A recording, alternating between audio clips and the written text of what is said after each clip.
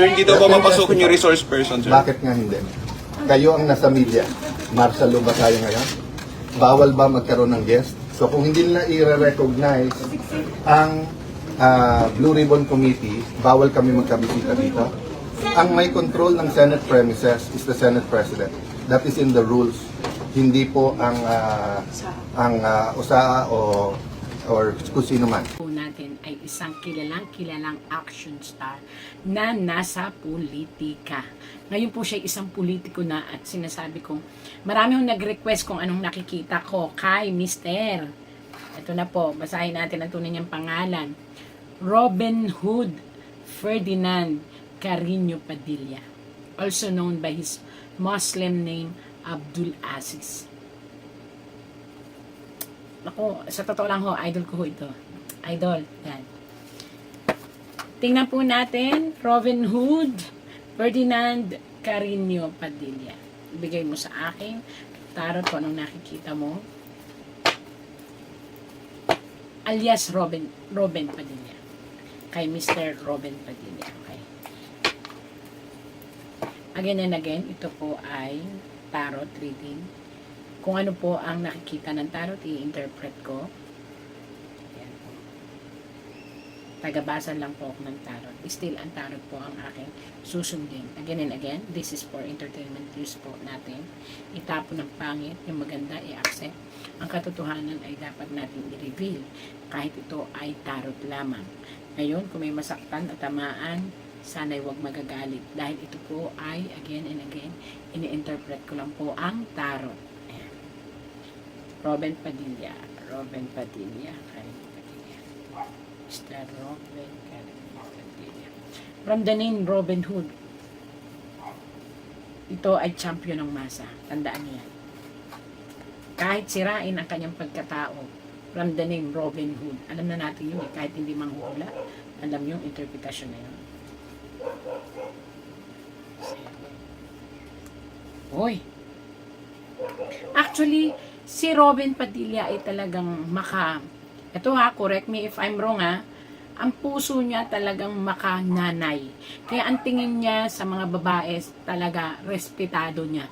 May karakter siya ng isang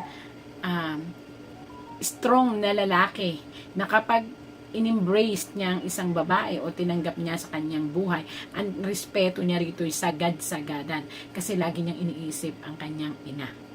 So, hindi naman iniisip na yung, ibig sabihin, kung paano niya nirirespeto ang kanyang ina, ganun din niya nirirespeto ang mga babae sa paligid niya.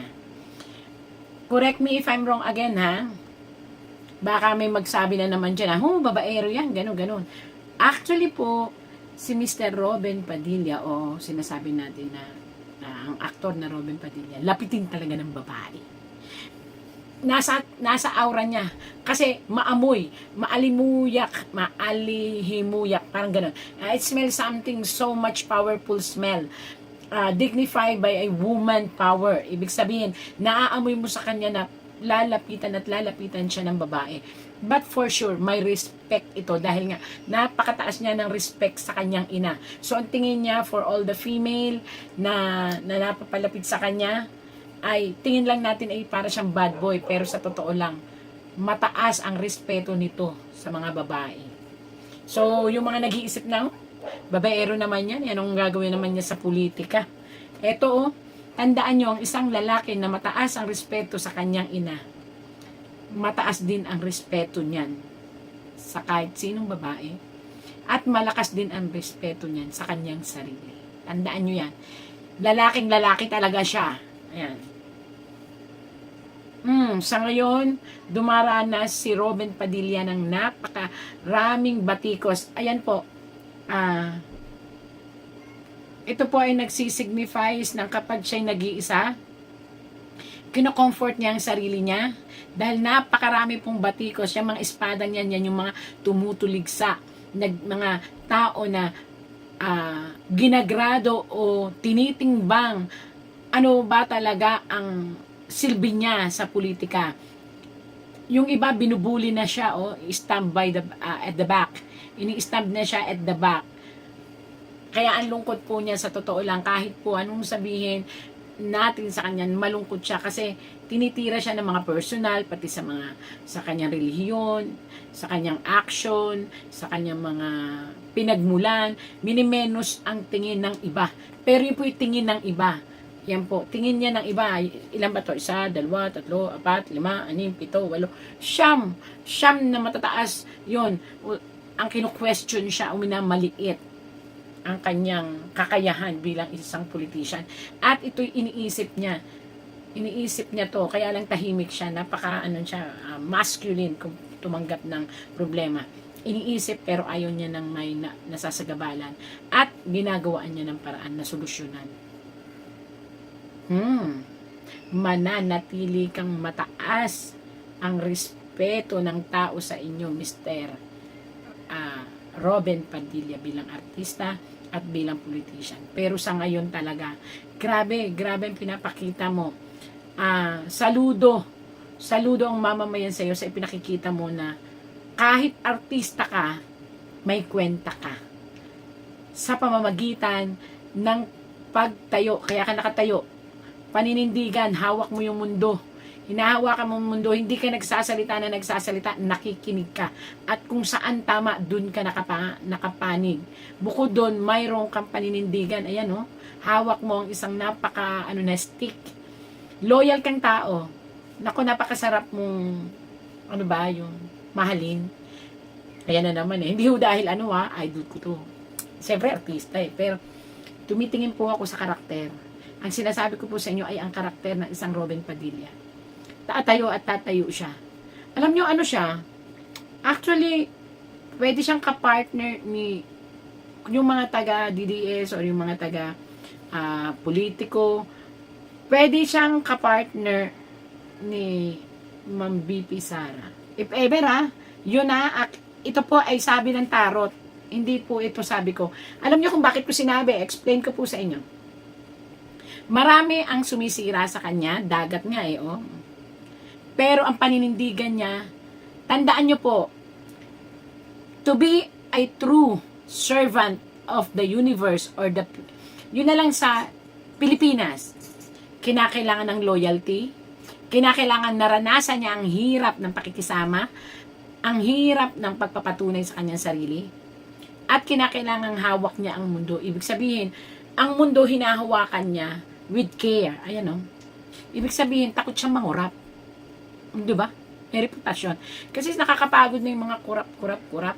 So ito, nakikita ng tarot, pwede siyang pagkatiwalaan ng buong mundo. Hinahawakan niya ang kanyang loyalty, hinahawakan niya ang kanyang reputasyon, at ang mundo, napansin niyo, gusto niyang iangat. So yan, mga dapat na pwede nating pagkatiwalaan. Pwede pong pagkatiwalaan si Mr. Robin Padilla. Nako, ayan, may isusulong siyang batas. Itong isusulong niyang batas ay, I think, more on sa kabataan, karapatan ng kabataan, and more on juvenile. Kasi dun nga siya naranasan niya ang kulungan.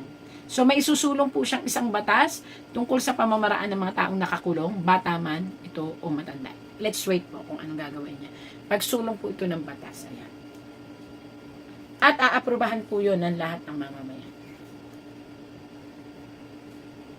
Tinitimbang niya ngayon ang sitwasyon. Sa totoo lang, nalungkot naman ako, dumadana siya ng depresyon na kinakaya lang niya kasi ayaw niyang ang kanyang yung paniniwala bilang Muslim and bilang Kristiyano ay pinapakialaman at binabastos. Sa totoo lang po, hindi ko akalain na ang isang tao na may pangit na reputasyon sa pag-aartista, pag nagbago, totoo yata yung kasabihan na ang isang tao, pag nagbago at nakita niya ang sarili niyang dadaanan, magbabago siya. Determinado po siyang magbago para sa kanyang ina, kahit pumanaw na ito, sa kanyang minamahal na asawa, sa kanyang mga anak, at higit sa lahat, sa kanyang sarili. Nako, itong mga ganitong tao, dapat po nating mahalin at tangkilikin. May mga, sila yung mga taong sawa na. Ayan, babaeng nakabaliktad, ibig sabihin po nito ay dating katarungan. na hindi pa niya alam ang tama at mali. Panahon pa ito nang siya'y lasing na lasing pa sa kanyang pag-aartista, kanyang kasikatan. Kaya, doon lagi siyang sinisira yung nakaraan niya. Pero maniwala po kahit sa hindi, kaya po nakabaliktad. At ang pusang itim ay nandyan. Ibig sabihin, yung mga taong katulad ni Sir Roven Padilla na dinanas na ang buhay na masagana, masarap, dinanas na rin niya ang buhay kulungan, dinanas na rin niya ang buhay pakikisama. Ito yung mga tao na sa totoo lang po, maraming isi-share na experience at maraming magagawa kasi ayaw na nilang balikan ang ganon at ayaw na nilang mahawa pa ang ibang tao sa isang sitwasyon na wala nang parang laging wala nang second chance para sa ibang mga taong makitid ang kanilang mga utak sa mga taong nagbabago. So dito baliktad na siya, bagong tao na siya, kumbaga newborn na siya.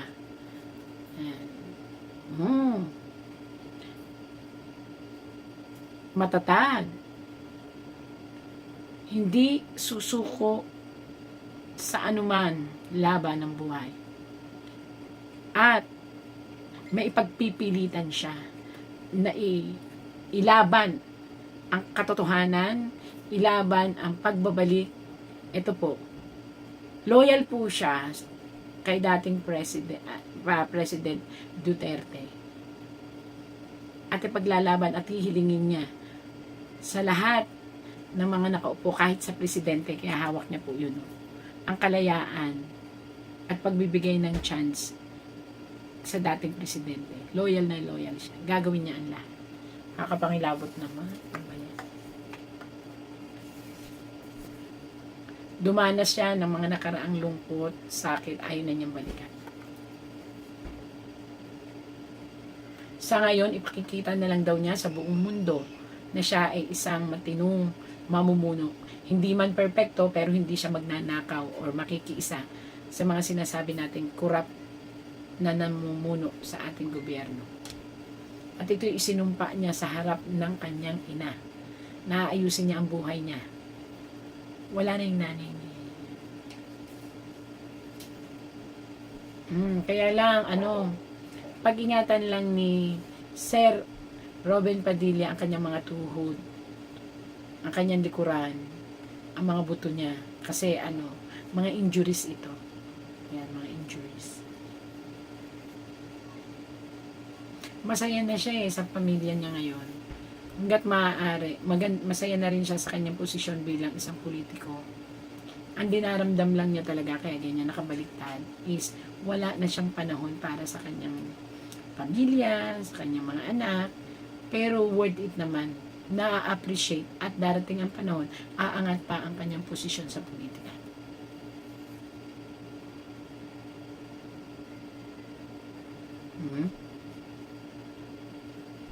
Hindi lang panukala ang gagawin niya tungkol sa mga taong nakakulong, kung hindi panukala rin para sa proteksyon ng mga babae. Yan. Diba? Dalawang ang panukala. At isusulong ng ating Mr. Roven Padilla ang karapatan ng mga Muslim. Meron siyang gagawing batas na karapatan ng mga Muslim.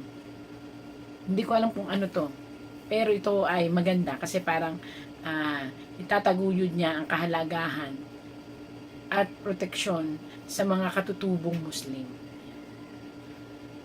Siya ang parang maging spokesman siguro, or basta maganda po ito.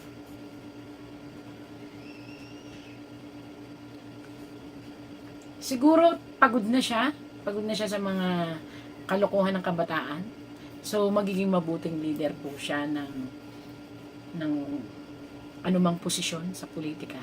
Magiging magaling po siya at gusto niyang buhayin ang pangalan ng nawala niyang ama. Kaya ganyan yan. Ibig sabihin, nakatanim sa isip niya, sa puso niya, ang lungkot na naranasan nila dahil sa pagmamahal ng kanyang ama sa politika. Kaya hindi niya bibiguin ang kanyang yumaong ama.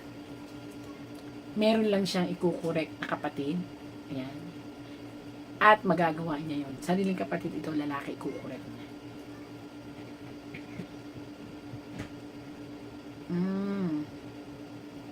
Hindi ko alam kung makakapag-adapt ba sila ng baby boy or magkakaroon ng baby boy sa kanyang pamilya. Walang linaw ito kung sa asawa ba niya or mag-aampun siya. Ayan. Ang ganda na nakita ko kay Robin Padilla.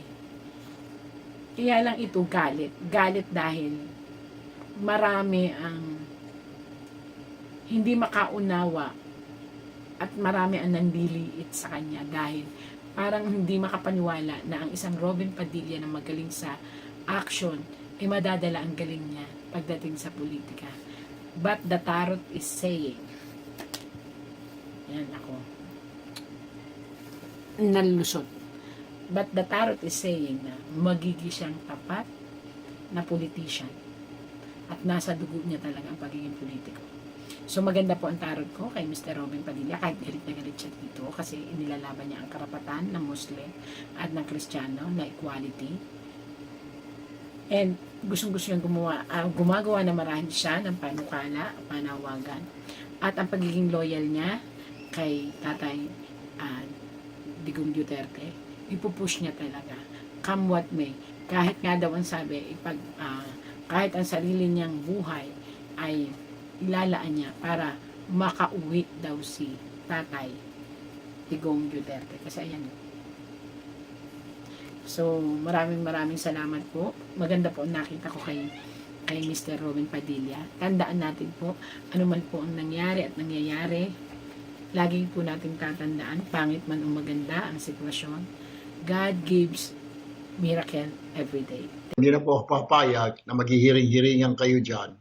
At I will have you arrested. I promise. Kahit na senador ka, kahit na sinasabi mong matanda ka na, ilang taong ka na sa Senado, try me. Magpahiring ka ng blue ribbon ulit. Magpahiring ka. I don't care kung dati kang Senate President, dati kang Speaker of the House, I don't give up. Talagang papahuli kita. Kung hindi papahuli, kung ayaw ng usa, bibit-biting kita, kikwilyuhan kita, palalayasin kita dyan sa floor na yan. Kaya nga, laban eh. Laban yung laban. Hiramin ko muna. Kasi hindi nyo ginagamit eh. Wala namang problema, filean ako ng kaso. But for example, yung Tindig Pilipinas Kiko D. Legacy ni President Cory Aquino is democracy. Legacy ni Senator Benigno Aquino is giving his life to fight for freedom and democracy. And then magpapagamit kayo sa Malacanang. Obstruction of justice. Sinabi na nung NBI, walang warrant na binigay sa amin. Sinabi na ng PNP at SILG, pumunta sila doon, hindi para arestohin dahil wala pa namang warrant.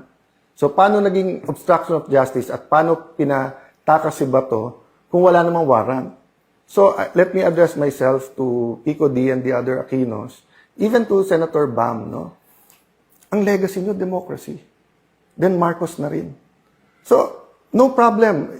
Legacy din nila is against extrajudicial killings. So, kung yung ipaglaban nyo yun. Legacy din ng mga Aquino is to sacrifice for the nation. So, if your sacrifice is fighting the Dutertes, okay yun. Pero okay sa inyo babuyin yung Senado. Okay sa inyo, wag ilabas yung totoo sa flood control. Di ba, kaya nga, laban eh. Laban yung laban. Hiramin ko muna. Kasi hindi nyo ginagamit eh. Di ba? So, alam nyo naman, di ba, sa aktivista, ganyan, sa Duterte, ganyan, kailangan neutral ako eh, dahil senator judge din ako, ako pa magpre-preside ng impeachment. Pero pera muna nung laban. Kasi paano pag wala nang lumaban para sa Pilipinas? Paano kung Marcos na rin? So mga kababayan, let me end this way. Kung comfort lang po, sumang-ayon na po ako sa administrasyon. My life will be totally much easier, but I couldn't live with myself. Why? Life without a purpose is not living. Diba? You all have to consult your maker. Is this the kind of world that the Philippine Constitution wants? Is this the kind of world that the Bible tells us, the kind of Philippines we want? Diba? So, you might not like me. You might not agree with my politics. I'm not perfect. Some of you might not even trust me. And if I'm wrong, then tama feelings nyo. But what if I'm right? How many of us didn't listen to the science in 1970s? And what happened for 20 years? So what if I'm wrong now? You don't have to like me. My stay as Senate President is limited. But every day that I'm here, laban po tayo. So, hindi natin kalaban ang Malacanang. Pero kalaban natin kasinungalingan, kalaban natin yung nagpupunit ng pahina ng konstitusyon. So mga kababayan, tonight, tomorrow, let's say a prayer, but let's ask ourselves, who are we? Anong identity natin? Paano natin maitutuloy yung laban? Hindi pwedeng everyday may bagong issue na lang. Issue May 11, habulin si Bato. Issue May 13, NBI attack the Senate or hindi. Issue ng walkout, 12 kayo, okay. Nung kami hindi dumating, 12 kayo, okay. Tapos, para hindi mapag-usapan yung testimony ng 18 Marines, magme-meltdown, magbabalistik si Erwin Tulfo. Tapos, para yun ang news. Tapos bukas, tapos tatakutin lahat ng mga empleyado ng Senado na bibit-bitin, kakasuhan. Ulitin ko yung sinabi ko sa media, lahat ng kapangyarihan nasa kanila. Ang nasa aming katotohanan. But despite that, I'm willing to tonight and tomorrow, we'll be thinking of a way. Paano po hindi maipit ang mga empleyado? Paano po na yung mga bangko masunod ng tama? Anong tamang legal remedies natin? On that aspect, we can talk and find a way. Pero when it comes to truth, ibabalik ko ngayon sa majority yon. You really believe what you're preaching about the flood control? You really believe na after putting to jail some to get the quorum, they won't put more in jail to get... Gagawin kasi 18 na lang ang senador para 12 convicted na. At pagkatapos nun, manipulate na naman yung numero at saka yung konstitusyon para palitan yung konstitusyon. Again, if I'm wrong, then baliwalain nyo lahat ng sinabi ko. I'm just one other politician telling you garbage. But if I'm correct, and I hope that I am not correct, then we have to put faith into our actions. Kailangan natin lumaban at kailangan natin humanap ng paraan para ipakita na hindi tayo papayag na muli pong ikulong ang ating demokrasya, na muling nakawin ang freedom ng bawat Pilipino.